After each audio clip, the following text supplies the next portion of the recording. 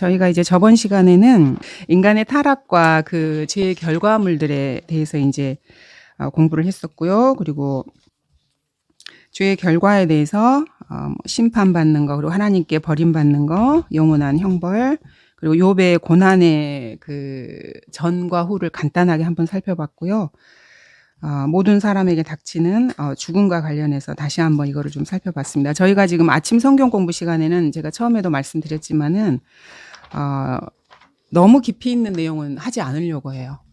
특히 교리적으로도 이제 가르쳐 드릴 수는 있는데 너무 깊이 있는 것을 들어가 버리면은 그 역량이 모자라시는 분들은 잘못하면 거기에 꽂히셔요.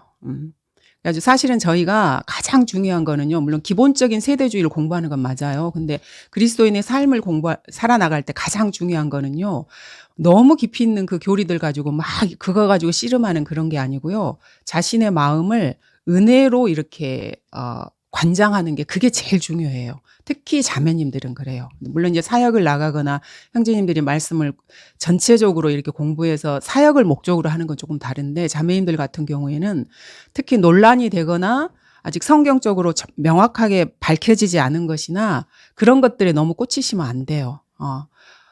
그래서 이렇게 성경 묵상하시고 읽으시고 개인적으로 하나님과 교제하시고 실제적인 삶에서 주님이 원하시는 삶을 사는데 초점이 맞춰지셔야 돼요. 물론 성경도 열심히 이제 공부하시고 뭐 주석서도 보시고 이렇게 하는 거는 좋아요. 근데 여러분 아시는 것처럼 자기 삶에 대해서는 전혀 이렇게 돌아보지 않고요. 저희 그 예전에 거기도 보면은 말씀에 대해서는 열정은 막 있어요. 그래서 주석서도 막 이렇게 처음부터 끝까지 사가지고 막 시간만 나면 읽는다 그래요. 우리 그런 분들 우리 교회도 있었어요. 있었다가 이렇게 가시고 이렇게 하거든요. 그 한 분 같은 경우에는 파주에 저희 있을 때 저희 교회에 이렇게 오셔가지고 도훈이 형제한테 주석서를 통째로 사주신 분도 있어요. 그분 지금 어디 가 계신지 아세요? 표킹에 가 있어요. 그래서 여러분들 그 말씀에 대한 열정은 좋은데요, 그 본인의 그 심중에 그 마음이 사실은 더 중요해요. 제가 계속 반복해서 말씀드리잖아요. 마음이 올바르지 않은 사람에게는요, 주님께서 안 가르쳐 주셔요. 그래서 본인이 생각하기에는 안다고 생각을 하는데 주님과 교제하는 사람의 눈에 봤을 때는 이상한 행동을 하고 돌아다니는 거예요. 근데 본인은 그게 맞아요. 본인이 틀리다고 생각하면 누가 그렇게 행동을 하고 다니겠어요. 그래서 본인도 그게 맞다고 생각하기 때문에 본인도 아침 저녁으로 시간만 나면 그걸 본다고 이야기를 해요. 그리고 옛날에 저희 파주에 있을 때도 그런 아줌마 하나 있었어요. 그리고 자기는 시간만 나면 이게 주석서만 본대요.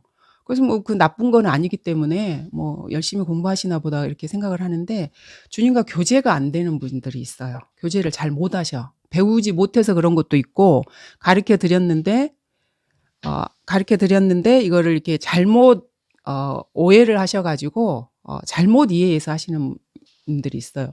그래서 나중에 그분들의 행실의 결과를 보면은 상식에도 못 미치는 행동을 할 때가 많아요. 정말 입에 담지 못할 말을 이렇게 하고 자기 머릿속으로 그런 생각을 이렇게 하거든요. 나중에 보면 미친 여자인 거예요. 솔직히 말해서 미친 여자예요. 저희가 그 전도서에서 사람들이 미친 마음을 품고 산다는 게 농담이 아니에요. 그냥 뭐 이렇게 아주 이상한 사람들인가 보다. 아니에요. 우리를 말하는 거예요. 여러분을 말하는 거고 저를 말하는 거예요. 주님께서 그 전도서에서 사람의 아들들이 아주 악에 치달아 가지고 미친 마음을 품고 산다는 게 우리를 말하는 것입니다. 그래서 우리가 이렇게 성경을 배울 때 뭐 예수님을 안 믿는 자연인만 그런가 보다, 이게 아니에요. 사람에게 하시는 말씀이기 때문에. 우리가 계속 반복해서 말하지만 우리는 휴거를 받을 때까지 몸에 그 죄가 상주하고 있는 사람들이에요. 그래서 주님이 이 말씀하시는 거는 나한테 말씀하시는 거지. 물론 교리적으로는 나한테 아닌 게 있지만 처음부터 끝까지 나를 책망과 바로잡음과 의로 훈육하시기 위해서 주님께서 이 성경을 기록하신 거예요. 그래서 그 부분을 여러분이 잘 아셔서 말씀에 뭘 한다고 막 이렇게 열심을 냈는데 나중에 이상한 행동을 하면은 안 돼요. 근데 그런 사람들을 저희가 너무 많이 본다고요. 너무 많이. 가르쳐 드렸는데 잘못 배워요. 그래서 우리나라 그 말에도 선무당이 사람 잡는다는 그런 이야기가 있잖아요.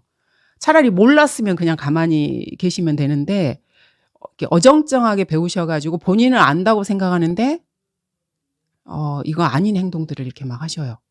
근데 가르쳐 드려도 이해를 못 하기 때문에 붙잡고 별로 말은 하고 싶진 않아요. 그러니까 여러분들이 그 부분을 잘 생각하셔야 돼요. 그래서 말씀을 공부하실 때는 가장 중요한 것이 내 마음의 말씀에 이렇게 가지고 나갔을 때 내 마음의 태도가 가장 중요해요. 주님의 말씀을 위에다 두고 나를 그 아래에다 두는 게 가장 중요한 거거든요. 그래서 우리가 이제 겸손을 이야기할 때 보통 세상에서는 어떤 자의적인 겸손을 생각해요. 내가 뭐 다른 사람 앞에서 잘난 체 안 하고 약간 뭐 굽신거리 이런 거를 겸손이라고 생각하는데 그런 거는 겸손이 아니고요. 그거는 비굴한 거고요. 하나님께서 말씀하신 성경에서 겸손이라는 것은 기록된 말씀에 나의 자아를 아래에 두는 거예요. 그러니까 내가 어떤 생각을 하든지 내 판단이 어떻든지 내가 가지고 있는 신념이 어떻든지 간에 내가 성경과 주님 앞에 이렇게 교제를 할 때 주님이 주신 그 성령님께서 주시는 거를 내가 캐치할 수 있어야 돼요. 그 생각에 내가 내 자신을 이렇게 내려놓는 게 이게 진짜 겸손이에요. 근데 이거를 잘 못해요. 그냥 배워본 적이 없거든요. 해본 적도 없고 그리고 가르쳐 준 적도 없고 일반 기독교에서는 성경이 없으면 그게 안 돼요. 불가능한 거거든요. 근데 사람들이 그 불가능한 것을 한다고 하니까 이상하다는 거예요. 우리가 알기로 성경이 없으면 그건 아무것도 안 되는 거고 자기가 주님과 개인적으로 친밀하게 말씀을 신뢰하면서 하는 교제가 없으면 그건 불가능한 일이에요. 그래서 제가 누누이 말씀드리지만은 하나님과 교제하는 사람만 그거를 알아봐요. 그래서 성경을 공부하는 궁극적인 우리 자매님들 같은 경우는 궁극적인 목적은 자기 삶의 모든 부분에서 선과 악을 감각적으로 분별하시는 거예요. 그래서 내가 하는 행동뿐만 아니고 다른 사람의 행동이나 이런 것들에 대해서 무엇이 옳고 그른지를 판단하는 게 먼저예요. 그게 안 되면은 휩쓸려 가요. 그리고 자기는 맞다고 생각을 하면서 하는 행동이 사실은 하나님을 대적하는 그 대적자의 위치에서 막 하고 있어요. 이제 저희하고 함께 신앙생활을 처음부터 이렇게 조금 하셨던 분들은 이제 교회에 오셔서 이런 것들을 몇 번 보셨을 거예요. 그리고 자기 자신 안에서도 그런 것들이 있었다는 것들을 인정하실 거고요. 그래서 이제 그런 경험이 쌓이면서 배우시는 거예요. 내가 처음에는 분별을 못 했는데 이러이러한 것들이 그렇구나 해서 이제 저희 교회에 오셨다가 나가시는 분들 계시잖아요. 그럼 여러분들이 그러한 것들을 본으로 삼으셔야 돼요. 그냥 막 말만 많아가지고 막 뭐 이렇고 저렇고 누가 이랬다 그러더라 저랬다 이게 아니고 저 사람이 하나님과 진정으로 교제를 하는 사람인가? 그리고 주님으로부터 도대체 무엇을 듣고 배웠길래 행동을 저렇게 하는가? 이거를 여러분이 본으로 삼으시고 자기한테 적용을 하셔서 자기는 그런 상황이 되지 않도록 노력을 하셔야 되는 거예요. 여러분 주님께서도 예수님께서도 성경에 말씀하셨는데 뭐라고 말씀하셨냐면은 그 바리새인들에게 너희가 너희 아비에게서 본 것을 그대로 행한다고 이렇게 말을 하고 있거든요. 사람은요 자기가 본 대로 행해요. 자기가 들은 대로 행하는 거고요. 그래서 그 사람이 행동하는 걸 보면 그 사람이 누구와 교제하고 있는지를 알아요. 누구에게 배웠는지를 알아요. 그래서 그 부분을 여러분이 좀 잘 생각해 주시고 이게 사실은 그 부분이 제일 중요한 부분이기 때문에 그래요. 그래서 조금 알더라도 정확하게 알아서 주님의 뜻 가운데 있고 자기가 내 육신의 어떤 그 인간의 혈기로 뭘 하는지 아니면 성령님께서 정말로 원하시는 일을 내가 하는지를 그거를 분별을 하셔야 돼요. 그래서 제가 계속 특히 자매님들에게는 뭐 구령하는 숫자나 이런 게 중요하지 않다고 계속 말씀드리는 게 잘못하다가는 거기에 꽂혔다가는 이상한 데로 막 이렇게 흘러가 버리기 때문에 그래요. 그래서 나중에 처음에는 선한 의도로 주님을 위해서 했던 일들이 나중에 보면 주님을 대적하는 그 일을 하고 있는데 본인은 모르고 막 정신없이 가고 있는 그런 결과를 초래하기 때문에 그런 말씀을 드리는 거거든요. 지옥의 실체와 그리고 저희가 다 알고 있는 영원한 형벌에 대해서 다시 한번 이렇게 성경 구절 하나하나를 놓고 이렇게 살펴보도록 하겠습니다. 지옥과 관련해서 우리가 마가복음 9장에 대해서 정확하게 이제 예수님께서 3번에 걸쳐서 말씀하신 부분 다 알고 계시죠? 그곳에는 그들의 벌레도 죽지 않고 불도 꺼지지 않는다고 주님께서 3번에 걸쳐서 직접 말씀하셨습니다. 그래서 그곳은 당연히 지옥이고요. 그리스도인들은 성경을 통해서 지옥이 존재한다는 것도 알고요. 그곳의 영원한 형벌에 대해서도 알고 있습니다. 네, 세상 사람들은 이거를 너무나 가볍게 생각하고 종교인이라고 하는 사람들도 이거를 실제로 받아들이지 않는 사람들이 사실은 많아요. 그래서 교황 같은 경우에도 뭐 하나님과의 분리된 상태를 지옥이라고 그렇게 정의를 내려요. 그러니까 뭐라고 표현을 해야 되나? 실제가 아니라는 듯이 이렇게 말을 해요. 비유적으로 이렇게 표현을 하고 이런 식으로 말을 합니다. 그래서 이 구절도 삭제시켰잖아요. 그러니까 주님이 말씀하신 이 3가지 44절, 46절, 48절 이렇게 3번을 주님이 강조하셨어요. 주님이 똑같은 말씀을 3번을 하시는 거예요. 근데 2번을 삭제시켜 버리신 인간들이 이렇게 학자라는 사람들이 삭제해 버렸어요. 주님이 하시고 싶은 말을 똑같은 말을 1번을 하실 수도 있고 2번을 하실 수도 있고 강조하고 싶으면 100번을 하실 수도 있는 거거든요. 근데 나는 듣기 싫어. 그냥 1번 해도 될 거를. 그리고 자기들 멋대로 이렇게 이 구절도 2개나 지금 삭제시켰습니다. 그래서 지옥과 관련된 그런 이야기를 하면은 듣기 싫어해요, 사람들이. 그래서 저희가 계속해서 고의적인 무지에 대해서 공부를 하고 배우고 그러잖아요. 고의적으로 잊어버리고 싶어 하는 것입니다. 그래서 자기 생각에 하나님을 두기를 싫어한다는 거는 기록된 말씀을 자기가 들었을 때 내 귀에서 튕겨 나가는 거예요. 마음에서 튕겨 나가. 이게 고의적으로 무지하고 싶은 것입니다. 나하고 다르니까, 내가 생각하는 것과 다르니까 그런 것입니다. 그래서 이제 놀링스라는 그 의사가 있어요. 이 박사인데 이분이 지옥에 다녀온 사람들이라는 책을 쓰신 분이에요. 근데 이 사람이 처음에는 철저한 무신론자였어요. 완벽하게 무신론자고, 똑똑하고 잘난 사람들 무신론자 많잖아요. 그러니까 이분도 이제 그런 분 중에 한 사람이었는데, 전문 의사였는데 우리가 실제로 죽었다라는 표현을 임상학적으로 죽었다는 표현을 쓰잖아요. 그러니까 이런 사람들을 다루었던 의사예요. 그러니까 의학적으로는 죽은 거예요. 근데 뭐 이렇게 뭐 심정지가 되면은 그거를 막 이렇게 해서 살리고 이런 사람이에요, 이 사람이. 근데 이제 그 과정에서 소위 말하는 임사 체험을 했다고 하는 그 많은 사람들을, 그러니까 의학적으로는 죽었는데 어쨌든 막 조치를 어떻게 취해가지고 겨우겨우 해서 다시 헐떡헐떡해서 살려놓은 그런 일을 하시는 분인데, 그런 환자들을 오랫동안 이렇게 경험을 했었던 분이에요. 그래서 이런 이제 그런 경험을 토대로 해서 책을 쓰신 분이에요. 그러니까 물론 이제 성경적인 이렇게 거하고 똑같은 건 아니지만 자기 경험에 의해서 임사체험을 하고 돌아온 사람들, 자기가 다루었던 환자들을 이렇게 그 경험을 이렇게 쓴 분인데, 이제 거기를 보면은 실제 본인이 지옥을 봤다라고, 그러니까 이렇게 막 이제 왔다 갔다 할 거 아니에요. 죽었다가 살아났다, 죽었다 살아났다, 요런 그 경험을 하는 그 와중에 있는 사람들이 막 공포에 떨면서 막 소리 지르면서 제발 저를 여기서 막 꺼내주세요 하다가 또 이렇게 꼴까닥 했다가 다시 이렇게 왔다 갔다 이렇게 하는 그런 경험을 하신 거예요. 근데 그런 사람들의 경험을 보면 막 지옥을 봤다고 소리치고, 도저히 자기가 우리가 평생을 살아가면서 단 한 번도 보지 못한 그 공포에 질린 인간의 모습을 이분이 경험을 하신 거예요. 그래서 막 온몸에 땀에 젖어서 막 머리도 막 이렇게 삐죽삐죽 서 막 부들부들 떨면서 제발 자기를 여기서 꺼내달라고 막 이렇게 하는, 그리고 여기가 막 불이 막 휩싸인다 그러고 지옥을 봤다 그러고 이런 분들에 관련된 그런 것들을 제발 자기를 지옥에서 이렇게 다시 돌려보내지 말라고 하는 막 소리치고 이런 환자들을 경험해서 쓴 책입니다. 그래서 이제 나중에 이분이 지옥의 실체를 알고 예수님을 영접했던 분이기도 합니다. 그래서 공포에 이렇게 사로잡힌 그런 모습들을 이렇게 책으로 이렇게 적어 놓으신 분이 있습니다. 그러니까 이제 저희가 지옥이 물론 실제하는 거를 성경을 통해서 저희가 알고 있지만, 이런 거를 통해서도 이렇게 여러 가지 증거 중에 하나로 지금 제가 이제 말씀을 드리는 것입니다. 근데 일반적으로 지옥의 존재에 대해서 종교를 가지고 있는 사람들도 거부하는 경우가 되게 많이 있어요. 제가 알기로는 불교는 지옥이 없다라고 말하는 건 아니라고 생각을 하거든요. 그러니까 일반적인 불교 신자들한테는 지옥의 실체를 이야기를 하는데, 깊이 들어가면 자기들끼리는 아마 이거를 지옥은 사실은 그냥 이렇게 비유적인 표현이다 이렇게 하는 것 같아요. 그래서 왜냐하면 저희가 불교라고 하는 걸 종교라고 생각하지 않고요, 본인들도 인정을 하는데 불교를 철학이라고 말을 하거든요. 그리고 고타마 시타르타 그 사람도 자기가 신이라고 말한 적이 없어요.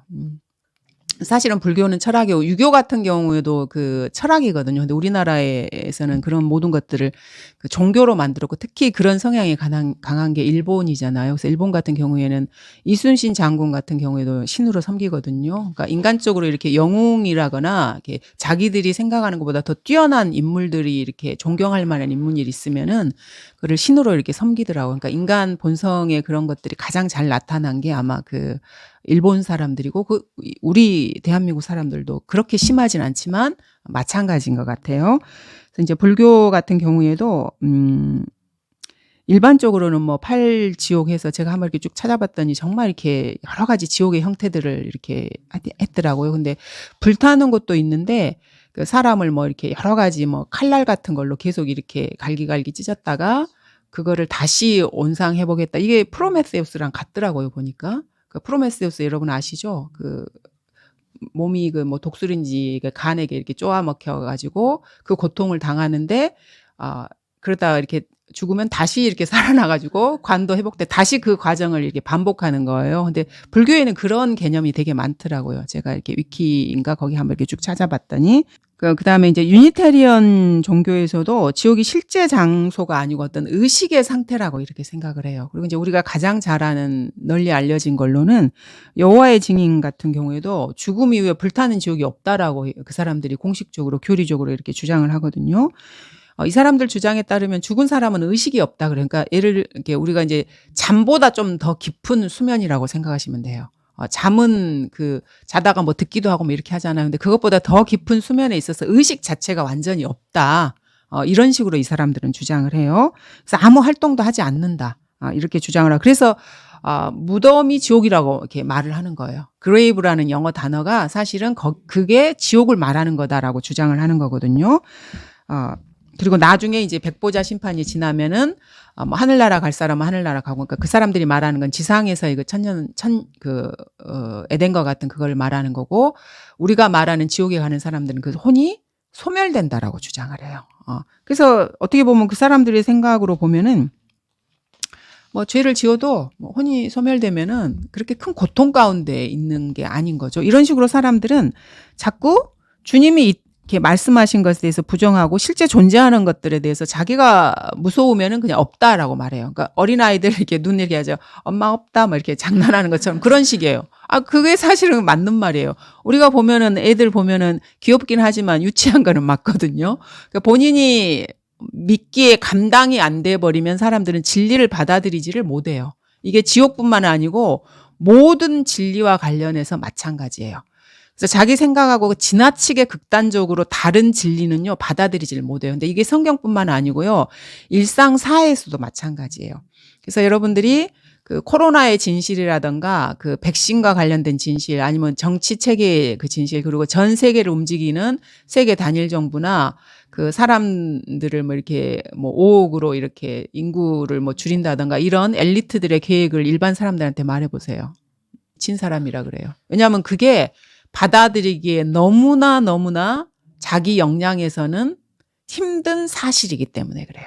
그럼 사람들은 그거를 부인해버려요.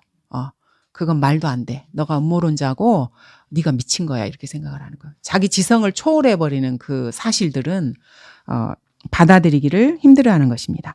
그리고 저희가 알고 있는 성경 변계자인 오리겐이 성경 변계의 시초잖아요. 그럼 당연히 이 사람도 지옥을 비유적으로 생각을 해요. 그래서 지옥은 비유적인 곳이다. 그리고 심지어는 마귀하고 타락한 천사들도 뭐 나중에 뭐 불교에서 말하는 뭐 억겁의 세월이 흐르든지 뭐가 시간이 지나면 다시 회복된다라고 가르쳐요. 이 사람이 그래요. 이 사람 신학자잖아요. 그리고 보통 신학교 대학에서 아주 거룩하고 학자로서 아주 위대하고, 그래서 모든 그리스도인들이 배워야 되는 것처럼 가르치는 사람이거든요. 이런 걸 가르쳐요. 그래서 아주 좀 극소수이긴 하지만 기독교인들 중에서도요, 가짜 기독교인이죠. 마귀가 결국에는 회개한다 그런가? 표현을 그렇게 하는, 그렇게 믿는 사람도 간혹 있어요. 저는 이런 사람을 실제로 봤어요. 젊은 여자였는데 그런 주장을 하더라고요. 결국에는 마귀도 회개해서 이렇게 하나님의 나라로 이렇게 가고 모두가 화합한다. 그러니까 뭐 화평, 화합 이런 거를 주장하는 거죠. 그래서 하나님께서 영원히 마귀와 천사들과 사람을 지옥불에서 영원 무궁토록 그 뜨거운 불에서 불태운다. 감당을 못하는 거예요. 이 사실을. 근데 내가 감당을 하든지 못하든지 이게 중요한 게 아니고요. 주님이 뭐라고 말씀하셨는지가 중요한 거예요. 이거는 이제 지옥뿐만 아니고 모든 개념에 있어서 그렇다는 것입니다. 그리고 뭐 불가지론자 같은 경우에는 이 사람들은 툭하면 몰라 뭐 이러니까 모른다 이거예요. 사람이 죽으면 어떻게 되는지 몰라. 너도 모르고 나도 몰라. 그리고 무신론자는 사람이 죽으면 끝난다고 생각하잖아요. 이거는 동물에게 해당하는 거예요. 동물은 죽으면 끝나요. 뭐 고통도 없고. 그래서 이제 혼이 소멸되는 것으로 이제 생각이 되죠. 동물 같은 경우에는. 그럼 이렇게 자연인들만 지옥에 대해서 이런 사고 체계를 가지고 있는가? 요거는 이제 미국 목사들과 관련된 여론 조사를 해서 한 거예요. 실제 지옥이 존재하는지와 관련된 그거를 목사들에게 여론 조사를 한 거예요. 그냥 일반 성도들에게 한 것도 아니고요. 그래서 회중교회 목사 같은 경우에는 96%가 믿질 않아요. 그러니까 실제적인 지옥의 존재를 믿지 않는 것입니다.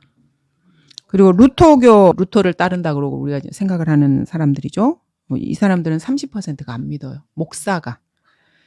성공회는 이제 영국에서 나온 그 가톨릭을 대적해서 이렇게 대적이라기보다 헨리 8세 때 이제 그 정치적인 목적으로 생긴 종교거든요. 그 영국 국교예요, 이게.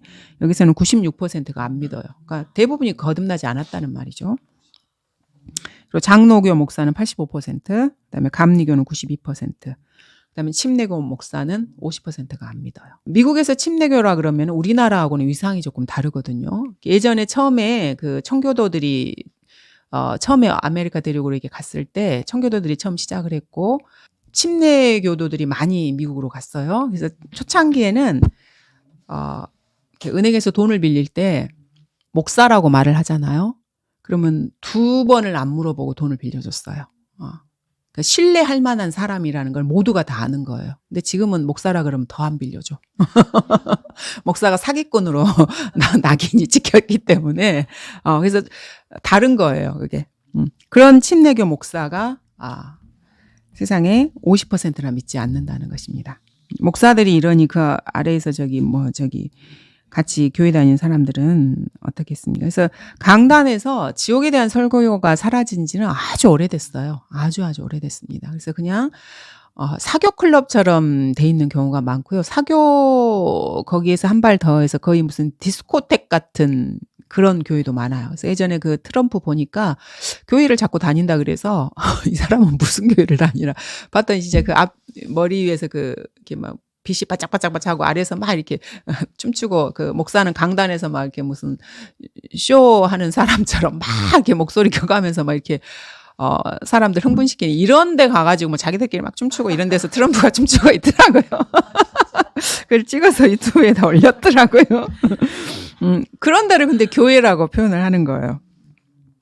그런 데서 무슨 지옥 설교를 하겠어요. 막 우리 다 같이 놀자 막 이러면서 으쌰으쌰 막 하고 이렇게 있는데 성경에서도 지옥이란 단어를 삭제해버리죠. 그래서 개역 성경을 보면은 41번에 걸쳐서 지옥 단어를 이렇게 삭제를 했고요. 그래서 지옥이란 단어를 음부로 이렇게 대체시키기도 해요. 우리가 저번에 그 지옥과 음부의 개념에 대해서는 예전에도 한번 저희가 살펴봤습니다. 지옥하고 음부는 개념 자체가 달라요. 음부라고 하는 곳은 사람이 죽으면 가는 지하 세계를 말하는 것이고요. 헬라어로는 그걸 이제 보통 하데스라고 표현을 하고요. 그다음에 이제 히브리어로는 수올이라고 표현을 하는데, 그래서 이런 단어를 수올이라고 이렇게 음역을 하기도 해요. 그러니까 지옥이라고 번역을 해야 되는 그 부분에서 수올이라고 개역 성경 같은 경우는 음역을 해요. 음역이라는 말은 여러분 아시죠? 그 나라 언어의 소리대로 그냥 하는 거예요. 우리도 그런 단어 많이 쓰잖아요. 뭐 커피를 커피라 그러고 뭐 트럭을 트럭이라고 하고 뭐 이렇게 하잖아요. 이게 음역이에요. 음역한 게 우리나라 언어가 돼버린 거거든요. 이런 식으로 이렇게 하는 것입니다. 그래서 지옥 대신 수월 그러면 약간 좀 안개에 가리듯이 애매한 단어가 되는 거잖아요. 우리나라 사람에게는 이게 수월이 뭐지? 이렇게 되는 거예요. 이런 식으로 이렇게 가리는 것입니다. 그래서 지옥의 두려움을 이렇게 경고하는 설교자들이 지금은 거의 없습니다. 근데 신약에서만 봐도 지옥에 대해서 이렇게 말씀하고 있는 구절을 이렇게 다 모아보면 169절이 넘어요. 이렇게 지옥을 경고하고 계시고요. 우리 주님께서도 주 예수 그리스도께서도 지상 공생의 기간이 3년 반이었잖아요. 그 기간 동안에 8번에 걸쳐서 지옥 설교만을 하셨어요. 그러니까 지옥을 주제로 해서 설교하셨고요. 그리고 토레 목사님 같은 경우에도 지옥은 고통스러운 이렇게 진리라고 이렇게 말씀하셨고요. 그리고 조나단 에드워즈라는 사람이 성난 하나님의 손에 떨어진 죄인들이라는 그런 책을 쓰신 분인데요. 이분이 이제 쓰신 그 책 내용의 일부를 발췌해서 한번 보면은요. 하나님께서는 언제라도 죄인들을 지옥으로 던져버리실 수 있습니다. 또 하나님께서는 죄인들을 회오리바람 앞에 먼지와 같이 날려버리시며 활활 타오르는 불기둥 앞에 마른 건불과도 같이 태워버리십니다. 지옥의 불길은 이미 여러분을 맞을 만반의 준비를 다 해놓았으며 지옥의 용광로는 이미 뜨겁게 달아올라 여러분이 떨어지기를 기다리고 있습니다. 비참한 세계, 끝없이 타오르는 유황 불못은 지금 여러분의 발밑에 넓게 펼쳐져 있습니다. 그곳에는 하나님의 진노의 불길이 활활 타오르고 있는 것입니다. 지옥은 크게 입을 벌리고 있습니다. 이렇게 지옥은 실제고요. 지금 이 시간에도 지옥에서 사람들은 불에 타면서 몸부림치고 있는데 그 소리가 우리 귀에만 들리지 않는 것입니다. 그래서 하나님께서는 과거와 현재와 미래가 주님 앞에 이렇게 쫙 펼쳐져 있고 우주 만물의 그 존재가 바로 앞에 있는 것처럼 다 펼쳐진 상태이기 때문에 하늘나라만 있는 게 아니고 지옥에서의 그 울부짖는 것도 주님은 이렇게 주님 앞에는 이게 현재로 있는 것입니다. 근데 우리 인간에게는 능력의 한계가 있기 때문에 자기가 보고 듣고 생각한 거 외에는 이게 자기의 그 뇌에 안 들어가는 거예요. 근데 실제로 지금도 수억이겠죠. 수십억의 사람들이 울부짖고 있는 상황이고 매일 10만 명이 넘는 사람들이 지옥으로 떨어지고 있어요. 이 지구에서는. 그래서 지옥은 사실은 실제예요. 실제. 그리고 예수님께서도 지옥과 관련해서 이렇게 설교를 하실 때 두 손과 두 발이 이렇게 잘라지는 한이 있어도 지옥에 가면 안 된다 그랬고 눈 하나를 뽑는 한이 있어도 지옥에 가면 안 된다고 이렇게 말씀하셨습니다. 물론 그거는 이제 천년왕국에서의 교리적인 설명이기도 하지만 실제로 그렇다는 것입니다. 그래서 지옥과 관련해서 우리 주님도 계속해서 경고를 하고 계시는 것이고 아까 저희가 처음에 마가복음 살펴봤지만 똑같은 말씀을 3번에 걸쳐서 이렇게 말씀을 하시기도 하는 것입니다. 인간은 죽음을 피할 수 없다는 걸 저희가 모두 알고 있죠. 그건 이제 죄의 삭은 사망이기 때문에 그렇습니다. 그리고 영과 혼과 몸으로 되어 있는 존재라는 것은 저희가 이미 배웠죠. 성경을 통해서. 데살로니가전서 5장 23절에 보시면은 화평의 하나님 바로 그분께서 너희를 온전히 거룩하게 하시고 너희의 온 영과 혼과 몸이 우리 주 예수 그리스도께서 오실 때까지 책망할 것이 없게 보존되기를 하나님께 기도하노라라고 하면서 영과 혼과 몸에 대해서 그러니까 물론 이 성경 구절을 통해서 저희가 삼분법과 관련된 인간의 그 구성을 볼 수도 있고요. 그다음에 영의 영, 혼, 몸 3가지 차원의 죄를 지을 수도 있다는 말입니다. 우리 성도들 같은 경우에는. 그래서 요것이 주님이 오실 때까지 책망할 것이 없게 보존되기를 바울은 지금 기도하고 있는 것입니다. 특히 영이라고 하는 것은 저희가 이제 기능을 공부할 때 그 영적인 거 우리 그리스도인 같은 경우에는 하나님과의 교제와 관련된 부분이고 영적인 그 영의 세계를 이렇게 받아들이는 부분이라고 말씀드렸잖아요. 그러면 이게 성령의 인도하심만을 받는 게 아니고요. 이 세상을 관장하고 있는 공중권세의 통치자인 마귀의 영, 적그리스도의 영의 영향도 받는 거예요. 그래서 그거에 따라서 본인이 거기에 반응을 해서 행동을 할 수도 있어요. 그래서 그리스도인들의 삶을 진짜 조심해야 돼요. 매사에. 자기가 이렇게 잘 모르는 상태에서 이렇게 인간적인 열성으로 뭔가를 확신했을 때는 주의하셔야 되는 것입니다. 그래서 마귀의 일도 성령의 일로 잘못해서 이렇게 받아들여요. 그래서 우리가 그런 걸 기독교계에서 정말 많이 보고 있잖아요. 마귀가 자기 안에 역사하는데 그걸 성령의 일이라고 착각을 하는 거예요.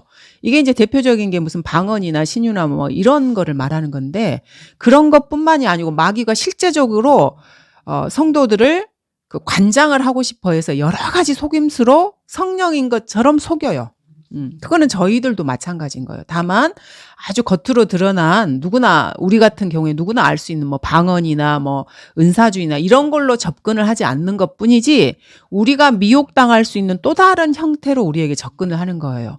그래서 영이 그런 거를 받아들이면 죄가 되는 것입니다. 하나님 보시기에. 그래서 영과 혼과 몸이 주님 오실 때까지 이렇게 책망받을 수 없는 상태로 유지하는 것이 중요한 것입니다. 그리고 저희가 이제 저번에도 히브리서 4장 11절에서도 이 부분에 대해서 이미 공부를 했습니다. 자, 하나님의 말씀은 살아있고 능력이 있어 양날이 있는 어떤 칼보라도 예리하여서 혼과 영 이렇게 말씀하시고 그 다음에 그리고 관절과 골수를 찔러 가르고 마음의 생각들과 의도들을 판별한다고 말씀하시면서 관절과 골수 이야기를 하거든요. 그래서 혼과 영 그리고 몸이라는 뜻이죠. 이게 관절과 골수니까. 그래서 이 부분에서도 세 부분으로 나누어져 있고 그리고 영과 관련되어서 마귀의 영에 따라 성도들도 얼마든지 행동할 수 있다는 것. 그래서 미혹당하지 않도록 늘 주의해야 된다는 것입니다. 이런 것들이 인간의 죄의 결과로 오는 거예요. 그래서 항상 조심해야 되는 거예요. 주님이 오셔서 우리의 몸을 변화시킬 때까지 우리가 언제든지 그 자기도 모르게 그 죄의 미혹에 빠질 수가 있기 때문에 그런 것입니다. 특히 우리 성도님들 같은 경우에는, 우리 그리스도인들 같은 경우에는 그 영의 미혹에 대해서 잘 아셔야 돼요. 그래서 육신이 강하신 분들은 이거를 잘 분별을 못 하시고 자기가 조금 있으신 분들은 이게 조금 위험해요. 이런 부분들이. 그래서 이 부분들을 조금 유념하셨으면 좋겠습니다. 그래서 이제 우리가 죽음 그러면은 그냥 뭐 일반적으로 우리가 생각하는 사람이 그냥 죽었나 보다, 몸이 죽었나 보다 이렇게 생각을 하는데 세 가지 형태로 인간에게는 이 죄의 삭스로 관련된 죽음이 있는데 이제 그것이 첫 번째 우리 다 알고 있는 영의 죽음 상태입니다. 사람은 태어나면서부터 죽은 상태로 태어나는 거 우리가 다 알고 있잖아요. 사람이 이게 뭔가가 하나가 새로운 생명이 태어났는데 죽은 존재인 거예요. 이게 참 아이러니하다고 할 수 있죠. 그래서 너희가 거기서 먹는 날에는 반드시 죽는다고 했던 그 죽음이 이제 영의 죽음을 말하는 것이고요. 그래서 에베소서 2장에서도 저희가 계속 반복해서 보고 있지만은 허물과 죄들 가운데서 죽었던 너희를 그가 살리셨어요. 그래서 우리 성도들도 죽었던 존재들인 것입니다. 그래서 하나님 보시기엔 죽은 존재들이었는데 예수 그리스도를 믿고 죄 용서함을 받고 다시 살아난 것일 뿐이죠. 그래서 예수님께서도 죽은 자들로 그들의 죽은 자를 장사 지내게 하라고 말씀하셨어요. 이거는 영이 죽은 사람들이 물리적인 몸이 죽은 사람을 장사 지내게 하라서 하나님 보시기엔 둘 다 죽은 사람들인 거예요. 둘 다. 한 사람은 이제 기회가 완전히 없는 사람들인 거고 한 사람에게는 유예 기간이 조금 있는 그런 거지만 주님 보시기에는 다 죽은 사람들인 거죠. 그래서 죄의 삭스로 영이 죽은 태로 태어나고 예수님을 안 믿으면 죽을 때까지는 죽은 상태로 있다가 다시 자기가 가야 될 지옥으로 가는 것이고요. 그 다음에 그 유예 기간에 예수 그리스도를 받아들이지 않으면 그 사람이 죽었을 때 몸이 이제 죽는 거고요. 한번 죽는 건 모든 사람들에게 정해진 것이기 때문에 몸이 죽게 되는 거. 모든 사람은 죽는 것입니다. 그리고 그 혼이 죄의 삭스로 지옥에 가는 것이라는 걸 저희가 배웠습니다. 그리고 지옥에 간 다음에 나중에 이제 백보자 심판 때 그 지옥에서의 그 있었던 사람들도 다시 저주의 부활로 나와서 다시 한번 심판을 받고 뭐 그때 이제 자기가 뭐 하나님 앞에 변론을 하든지 최선을 다해서 이렇게 뭐 하든지 해서 하지만 결국은 다 이렇게 불못으로 간다 그러죠. 그것이 이제 둘째 사망이라고 했습니다. 그것도 이제 죽음인 것입니다. 그래서 혼과 몸과 영의 세 가지 죽음이 인간에게도 있는 것입니다. 그럼 인간이 죽으면은 이 영과 몸과 혼은 어떻게 되는가? 혼이 몸을 떠나는 것이 죽음이라는 건 다 알고 있죠. 인간이 죽었을 때. 그 인간의 영은 하나님의 호흡이에요. 인간의 영은 하나님의 호흡이기 때문에 이렇게 욥기 33장 4절에 보시면은 하나님의 영이 나를 지으셨고 전능하신 분의 호흡이 내게 생명을 주셨다다. 그래서 인간으로 태어난 모든 사람들은 하나님의 영께서 그 사람에게 호흡을 주시는 거예요. 엄마 뱃속에서 나오면서 아이가 호흡을 자기 힘으로 호흡을 딱 하는 순간에 그 아이 안에 혼이 형성되는 거예요. 그래서 하나님의 영께서 그 일을 하시는 것입니다. 전도서 3장 21절을 한번 볼게요. 인간이 죽으면 어떻게 되는지. 자, 사람의 영은 위로 올라가고 이게 사람이 죽은 다음에 몸이 이제 분리되었을 때, 혼이 이제 뭔가 분리되었을 때 이야기죠. 사람의 영은 위로 올라가고. 자, 이거는 구원받은 사람을 말하는 게 아니에요. 사람이라고 존재하는 모든 사람을 말하는 거예요. 사람의 영은 위로 올라가고 짐승의 영은 땅 아래로 내려가는 것을 누가 알리요? 성경을 아는 사람만 아는 거예요. 사람은 집합적으로 그 사람의 영을 주님이 주셨기 때문에 주님이 다시 걷어가시는 것입니다. 하나님의 호흡으로 인해서 생겨난 것이기 때문에. 그리고 거기 뒤쪽에 전도서 12장 7절에도 보시면 그때 흙은 예전에 있던 대로 땅으로 돌아가고 영은 그것을 주셨던 받았던 하나님께로 돌아가리라고 말씀하고 있어요.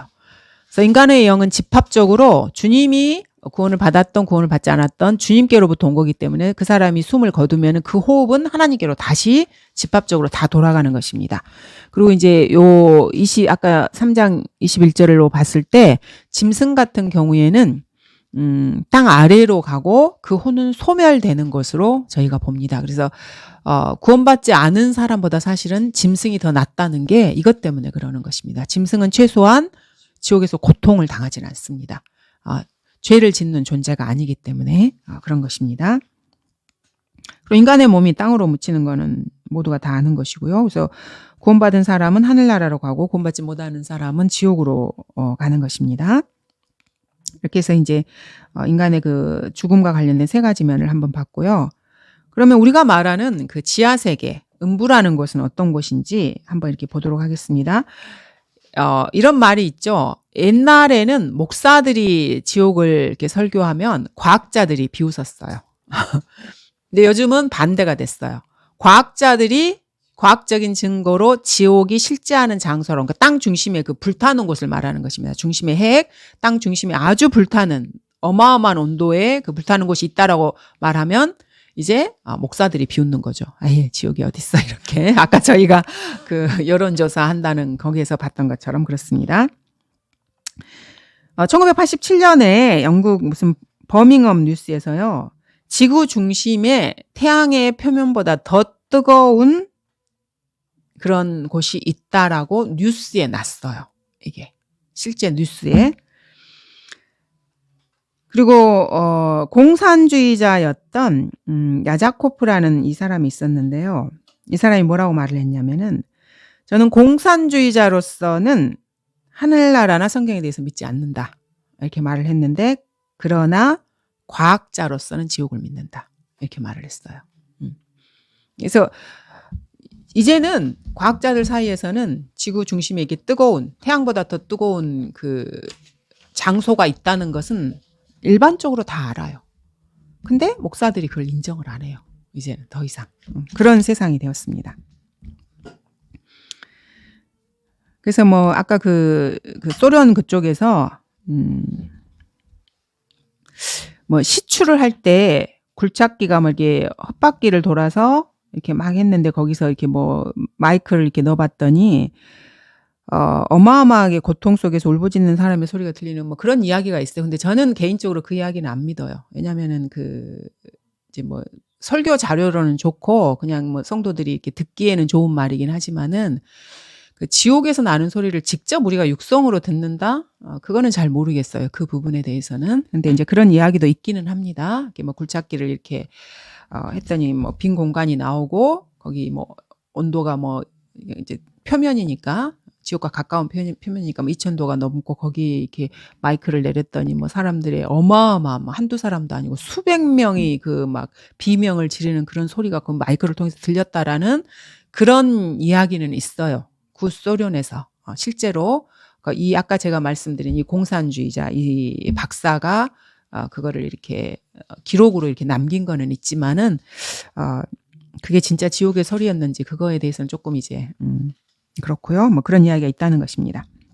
그다음에 지하 세계는 저번에 이제 말씀드린 것처럼 낙원과 지옥 그리고 구렁으로 끝없이 깊은 구렁으로 이렇게 나누어져 있고요. 그다음에 하나 더 이제 보면은 죄를 지은 천사들이 가는 타타루스. 그래서 일단 지금까지 저희가 알고 성경적으로 이렇게 알아낸 것은 네 가지가 있다는 것을 알고 있습니다. 첫 번째 아브라함의 품은 이제 보통 우리가 이제 낙원이라고 표현을 하고요. 누가복음에 잘 나와 있죠. 누가복음 23장에.